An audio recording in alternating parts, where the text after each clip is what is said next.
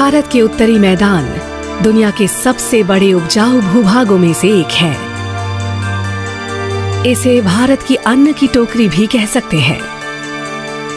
अब नए शोध से पता चल रहा है कि इस महत्वपूर्ण इलाके की रचना कैसे हुई और ये कैसे लगातार हमारे कदमों के नीचे अपनी जगह बदल रहा है और हमें पता भी नहीं चल रहा। भारत के विशाल उत्तरी मैदान हिमालय के दक्षिण में बसे हैं। यहाँ की मिट्टी खनिज तत्वों से इतनी भरपूर है कि ये अपने विशाल और उपजाऊ खेतों के जरिए लाखों करोड़ों भारतीयों का पेट भर रही है। यहाँ गेहूं, चावल, दालें, गन्ने के अलावा भी बहुत कुछ उगता है। इन जमीनों पर उगने वाली फसलों से करीब 65 करोड़ लोगों की गुजर बसर होती है। लेकिन ये इलाके इतने उपजाऊ बने कैसे? इसके लिए हमें करीब 7 करोड़ साल पीछे की तरफ लौटना होगा। उस समय भारतीय उपमहाद्वीप वर्तमान के अफ्रीका का एक हिस्सा था। फिर ये उससे अलग होकर वर्तमान के एशिया की तरफ बढ़ने लगा। इस दौरान उसने बीच में मौजूद टेथिस सागर को निगल लिया और हिमालय पर्वत श्रृंखला को जन्म दिया। आज इसी हिमालय पर्वत में बर्फीली चोटियां और ग्लेशियर मौजूद हैं। जब ग्लेशियर पिघलते हैं तो उनका पानी नॉर्दर्न प्लेन्स यानी उत्तरी मैदान कहलाने वाले क्षेत्र में आता है। इन उत्तरी मैदानों के उत्तर में हिमालय है और दक्षिण में प्रायद्वीपीय क्षेत्र है। पूर्व से पश्चिम की ओर इन मैदानों की लंबाई 2400 किलोमीटर और 200 से 400 किलोमीटर है उत्तर से दक्षिण तक। इनका कुल क्षेत्रफल 5,80,000 किलोमीटर है। लेकिन बड़ा सवाल ये है कि कौन सी बात इन्हें इतना उपजाऊ बनाती है? इसका जवाब है 3 शक्तिशाली नदियां। पहली है सिंधु नदी जो उत्तर पश्चिमी क्षेत्रों को सींचती है। दूसरी है गंगा जिसका गहरा सांस्कृतिक और आध्यात्मिक महत्व है। और तीसरी ब्रह्मपुत्रा जो पूरे पूर्वी इलाके से होकर बहती है। भारत की बनावट पर हर नदी अपनी एक अनूठी छाप छोड़ती है। आज भूवैज्ञानिक हर नदी के बारे में गहराई से अध्ययन करते हुए इसकी जियोमॉर्फोलॉजी या जमीन और जल क्षेत्रों के बीच की अंतःक्रिया के बारे में सीख रहे हैं। इस अंतःक्रिया ने लाखों साल के दौरान जमीन की सतह और नदी प्रणालियों दोनों को ही बदला है। भारत करीब 5.5 करोड़ साल पहले एशिया से टकराया था। 5 करोड़ से 5 करोड़ 20 लाख साल के बीच इसने बना दिया था लीनियर डिप्रेशन, टक्कर वाली जगह पर। यहाँ 2 नदी प्रणालियां थीं। इन्हें कहा जाता है प्रोटो इंडस और प्रोटो ब्रह्मपुत्र। तो हम कह सकते हैं कि सिंधु और ब्रह्मपुत्र नदी प्रणालियां इस टक्कर जितनी पुरानी है। हिमालय की नदी प्रणालियों की सबसे महत्वपूर्ण पहचान ये है कि इन पहाड़ों की ऊंचाई 8,000 मीटर तक है और ग्लेशियर के मुहाने 4 से 5,000 मीटर तक की ऊंचाई पर हैं। ज्यादातर नदियों की शुरुआत इसी जगह होती है और ये बहते बहते हरिद्वार जैसी जगहों तक उतर आती हैं, जो करीब 400 मीटर ऊंची हैं और उसके बाद समुद्र की सतह तक पहुंच जाती हैं। गंगा जैसी नदियां जिस जगह से गुजरती हैं, वहाँ गहरा प्रभाव छोड़ती हैं। बहने के दौरान ये उस जगह और उसकी बनावट दोनों को बदल देती हैं।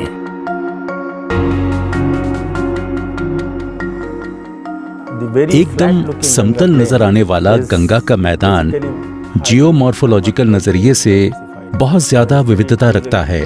गंगा के मैदानों के टोपोग्राफिक पहलू का अध्ययन करने पर यह पाया गया कि ये क्षेत्रीय महत्व के नजरिए से कम 6 जियोमॉर्फिक सतहों से बना है। नदियां पहाड़ों से नीचे आते समय कोई भी रास्ता क्यों न अपनाएं, वो अपने साथ अलूवियम से भरपूर तलछट को लाती हैं और उनका पानी ज्यादा भारी और दलदली होता जाता है। गंगा के मैदानों को 4 श्रेणियों में बांटा जा सकता है।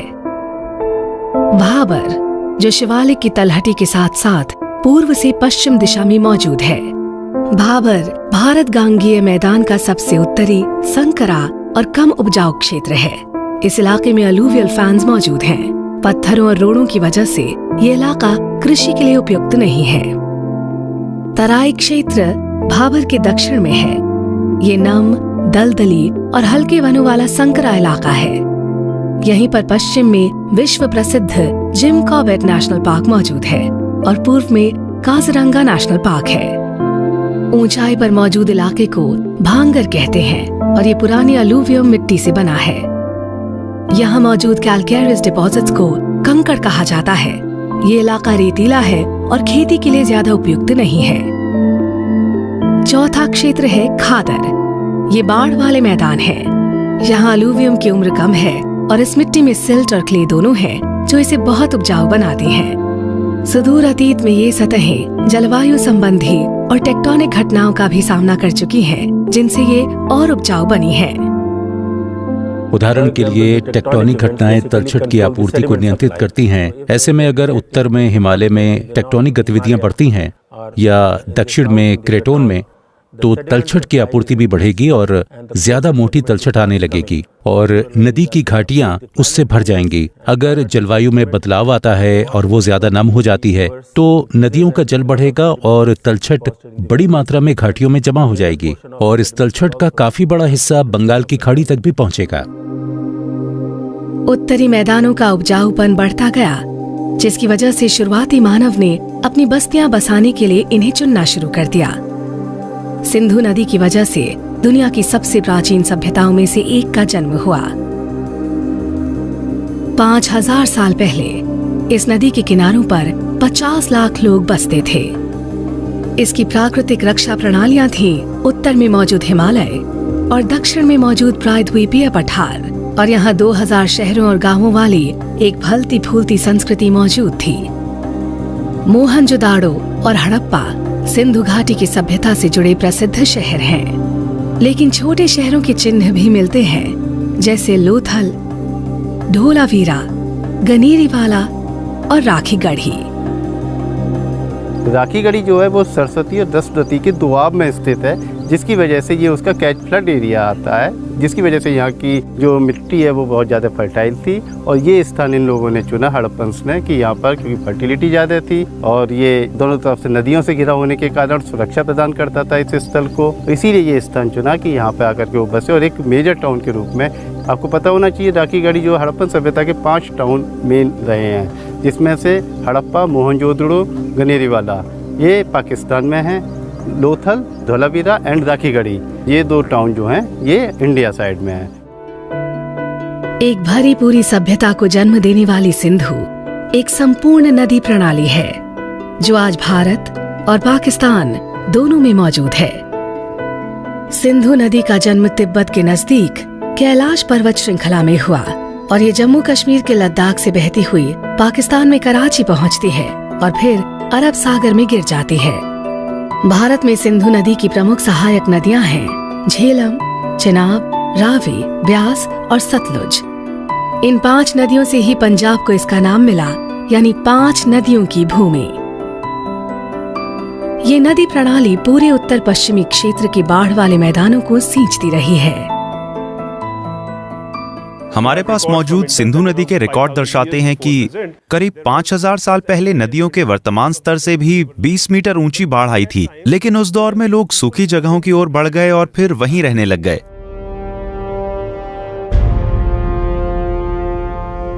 जब हम उत्तरी मैदानों के बीच वाले हिस्से की तरफ बढ़ते हैं, तो सिंधु का प्रभाव कम होने लगता है।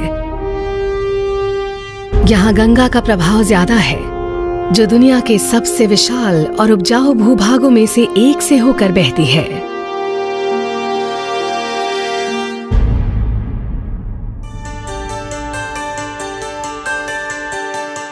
गंगा हिमालय की 3 मुख्य नदियों में से सबसे युवा है और आध्यात्मिक तौर पर भारत की पहचान भी है। इसकी शुरुआत गंगोत्री घाटी से होती है, जो उत्तराखंड में है, और ये उत्तर प्रदेश, बिहार, पश्चिम बंगाल और बांग्लादेश से होते हुए बंगाल की खाड़ी में समा जाती है। गंगा बेसिन भारत के उत्तरी मैदान का सबसे विशाल भाग है और यहाँ की कृषि अर्थव्यवस्था काफी मजबूत है। हम गंगोत्री घाटी में हैं और गौमुख के बहुत ही करीब हैं, जो कि गंगोत्री ग्लेशियर का ही एक भाग है। गंगोत्री का मुख भी काफी करीब है, ये सिर्फ 200 मीटर की ऊंचाई पर नजर आता है। गौमुख वो जगह है जहां से भागीरथी नदी का उद्गम होता है और ये जब देवप्रयाग में अलकनंदा से मिलती है तो आगे गंगा कहलाती है। गंगोत्री ग्लेशियर भागीरथी नदी की जीवन रेखा है और ये गंगा नदी के अस्तित्व में महत्वपूर्ण भूमिका निभाता है। गंगा नदी को पानी केवल भागीरथी से ही नहीं, अलकनंदा से भी मिलता है, लेकिन गंगा को पानी का मुख्य अंशदान भागीरथी नदी से ही प्राप्त होता है। गंगा की कई सहायक नदियां हैं, जिनमें गोमती, घाघरा, तमसा, यमुना और कोसी भी शामिल है, जिसे बिहार का शोक कहा जाता है क्योंकि इसमें गंभीर बाढ़ आती रहती है। यमुना, खासकर इसकी सहायक नदी चंबल को अनुपजाऊ मिट्टी और नालों के लिए जाना जाता है। गंगा और इसकी सहायक नदियां बहने के दौरान नीचे मौजूद नदी की तली को काटती हैं। सदियों के दौरान इस कटाव से जमीन की शक्ल बदलती गई है। भूमि की इस विकास प्रक्रिया का संबंध नदी के शुरुआत के समय से ही होता है।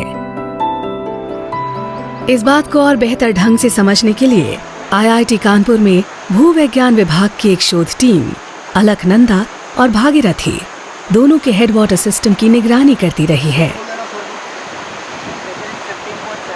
टीम को पता चला है कि यहाँ काफी बदलाव हो रहे हैं। ये बदलाव ग्लेशियर से निकल रहे पानी, बर्फ के पानी, भूजल के अंशदान और बारिश से मिल रहे पानी की शक्ल में है। सिर्फ पानी की मात्रा ही नहीं, बल्कि इसकी बनावट भी बदल रही है। नदी में आप जो केमिस्ट्री देखते हैं, दरअसल वो तली की बनावट का काम है। तो जैसा कि मैंने कहा, अगर नदी कार्बोनेट वाले क्षेत्र से होकर बह रही होगी तो उसमें बाइकार्बोनेट कॉन्सेंट्रेशन काफी ज्यादा होगा। कार्बन का मतलब है कैल्शियम से भरपूर चट्टानें। लेकिन अगर कोई नदी बेसाल्टिक इलाके से होकर बह रही होगी तो उसके पानी की बनावट ज्यादा सिलिसिक्लास्टिक होगी। यानी नदी जिस चट्टान के ऊपर से होकर बहती है वही उसकी बनावट तय करती है। उसके पानी में ऐसे ही चट्टान के गुण नजर आते हैं। हिमालय में लिथोटेक्टोनिक इकाइयों की विविधता रही है, तो इसलिए हिमालय से आने वाले पानी में भी काफी विविधता है और ये खेती के लिए जरूरी महत्वपूर्ण खनिज उपलब्ध कराता है। उत्तर की तुलना में अगर दक्षिण पर नजर डालें तो पता चलता है कि तलछट क्रेटोन से आ रही है और खनिज और रासायनिक नजरिए से यह हिमालय की चट्टानों से अलग है। तो खेती में सहायक कम से कम 2 अलग अलग तरह के इलाके मौजूद हैं और उनकी खनिज संबंधी बनावट भी 2 तरह की है। अगर नदी के रास्ते की बात करें तो पिछले करीब 100 साल में उसमें भी 4 से 9 किलोमीटर का बदलाव आया है। ऐसा कैसे हुआ? ये हिमालय और ऊपरी श्रृंखलाओं से हुए मिट्टी के कटाव का नतीजा है, जहां से हर साल 74 करोड़ 90 लाख टन तलछट बहकर आती है। इसमें से 9 करोड़ 50 लाख टन तलछट बंगाल की खाड़ी में गिर जाती है। बाकी बची 72 करोड़ 90 लाख टन तलछट गंगा के बाढ़ वाले मैदानों में फैलकर उन्हें और ज्यादा उपजाऊ बनाती है। गंगा के बाढ़ वाले मैदान सचमुच कमाल के हैं, लेकिन भारत में एक और नदी प्रणाली भी मौजूद है और इसे ढूंढने के लिए हमें पूर्व की ओर बढ़ना होगा। शक्तिशाली नदियां भारत के संपूर्ण उत्तरी मैदानों को सींचती हैं। देश के उत्तर में ब्रह्मपुत्र नदी प्रणाली है जो जीवन और उर्वरता लाती है। इसकी शुरुआत हिमालय में मानसरोवर झील से होती है। ये चीन से बहते हुए भारत में प्रवेश करती है और फिर बांग्लादेश में चली जाती है। इसकी सहायक नदियों में दिबांग, लोहित और तीस्ता शामिल है। इनमें से हर एक अपने साथ तलछट लाती है, जिससे ब्रह्मपुत्र की जटिलता और बढ़ जाती है। ये एक बहुत ही पेचीदा जल प्रणाली है और इस नदी को कई भू प्रक्रियाएं आकार देती हैं। जैसा कि मैंने कहा, अभी तक हमने सिर्फ हाइड्रोलॉजी पर ही नजर डाली है, क्योंकि हमें बाढ़ और कटाव जैसी कई जल विज्ञान संबंधी समस्याओं का सामना करना होता है। लेकिन ब्रह्मपुत्र के साथ बहुत सी बनावट संबंधी, रसायन संबंधी, भूविज्ञान और जीव विज्ञान संबंधी चीजें जुड़ी हुई हैं। गंगा की तरह ब्रह्मपुत्र नदी भी गाद के लगातार जमाव की वजह से अपना रास्ता बदलती रहती है। इससे एक विशाल जल भराव वाला क्षेत्र बनता है, जिसके कारण यहाँ लगातार बाढ़ आती रहती है। यह है माजुली। ये दुनिया का सबसे बड़ा नदी में मौजूद द्वीप है। ब्रह्मपुत्र नदी की विकास प्रक्रिया के कारण ब्रह्मपुत्र के पहले वाले जल भराव क्षेत्र के एक भाग के अलग हो जाने की वजह से इसका निर्माण हुआ था। जिस साल में ये बना उसकी जानकारी तो नहीं है, पर ये तय है कि कोई बड़ी बाढ़ आई होगी जिससे बहाव का एक हिस्सा अलग हुआ होगा और ये ज्यादा दक्षिणी दिशा में खिसका होगा। इससे उत्तरी हिस्सा आंशिक रूप से निष्क्रिय हुआ होगा और उससे नदी का ये द्वीप बन गया होगा। दरअसल ये पहले वाले जल भराव क्षेत्र के अलग होने की प्रक्रिया है। 1950 में नदी की तली एक भूकंप के कारण ऊपर उठी, जिससे इसका रास्ता और बदल गया और यहाँ बार बार बाढ़ आने लगी। लेकिन ब्रह्मपुत्र में बार बार भयंकर बाढ़ आने की वजह से इस इलाके की मिट्टी भी उपजाऊ हो गई। कई विशेषज्ञों का मानना है कि काजीरंगा में हर साल बाढ़ आना जरूरी है, क्योंकि इसके साथ ढेर सा अच्छा पानी, बढ़िया पोषक तत्व और ठोस सामग्री आती है। तो मुझे ये भी लगता है कि ब्रह्मपुत्र नदी के किनारों पर जो खेती वाले इलाके हैं उनमें बहुत विविधता है और वो सभी हर साल आने वाली इस बाढ़ पर काफी हद तक निर्भर रहते हैं। सच ये है कि ब्रह्मपुत्र दुनिया की उन नदियों में से एक है जिसमें सबसे ज्यादा तलछट मिलती है। इसमें सिंधु या गंगा के मुकाबले कहीं ज्यादा गाद बहती है। इसीलिए एक से दूसरे मौसम में जमीन पर इसका प्रभाव ज्यादा स्पष्ट नजर आता है। मॉनसून या बाढ़ के हर दौर में किनारों और बेसिन का नया कटाव शुरू हो जाता है। इस वजह से इंसानी आबादी को लगातार उथल पुथल झेलनी पड़ती है। अब भूवैज्ञानिक बड़ी मेहनत से इसका कोई समाधान ढूंढने की कोशिश में है। Guwahati university centre for Brahmaputra studies में भूवैज्ञानिक इस नदी प्रणाली का गहराई से अध्ययन कर रहे हैं। उनकी कोशिश इसके रहस्यों का खुलासा करने की है और साथ ही कुछ अनोखे प्रयास करने की भी, ताकि प्रकृति के कोप के प्रभाव को घटाया जा सके। इंजीनियरिंग से जुड़ी नई पहलों को ठोस वैज्ञानिक और बुनियादी शोध का साथ भी मिलना चाहिए। साथ ही हमें इस समस्या से जुड़े इंसानी पहलू पर भी नजर रखनी होगी। इसलिए इन सब पहलुओं को नजर में रखकर इस संदर्भ में समाधान निकालने होंगे। इसलिए गुवाहाटी यूनिवर्सिटी ने सेंटर फॉर ब्रह्मपुत्र स्टडीज को स्थापित करने की बात सोची और इसे भारत के डोनर मंत्रालय ने स्वीकृति भी दी और धनराशि भी। इस समय राष्ट्रीय और अंतर्राष्ट्रीय स्तर पर संबंधित संगठनों के बीच सक्रिय सहयोग चल रहा है, ताकि इंजीनियरिंग से जुड़ी इन समस्याओं के समाधान के लिए बेहतरीन प्रतिभाओं के जरिए प्रभावी वैज्ञानिक हल निकाला जा सके। ये नदी प्रणालियां यानी सिंधु, गंगा और ब्रह्मपुत्र साथ मिलकर उत्तरी मैदानों और उन पर निर्भर करने वाले लाखों भारतीयों में जान फूंकती हैं। लेकिन ग्लोबल वार्मिंग ऐसे खतरनाक बदलाव ला रही है जो इनके अस्तित्व के लिए खतरा साबित हो सकते हैं।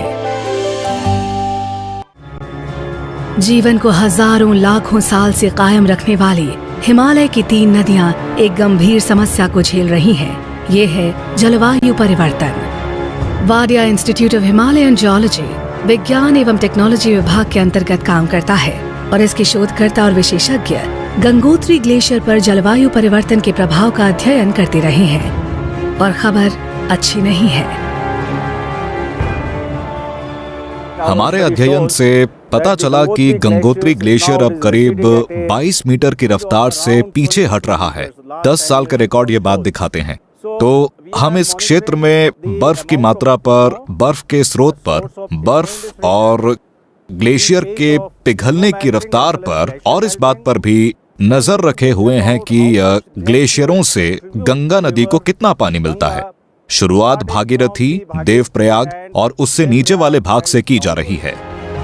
अध्ययनों से साफ पता चल रहा है कि तापमान में बढ़ोतरी से ग्लेशियर ज्यादा तेजी से पिघल रहे हैं और ऐसा काफी ऊंचाई पर हो रहा है जहां वो सदियों से जमे हुए थे।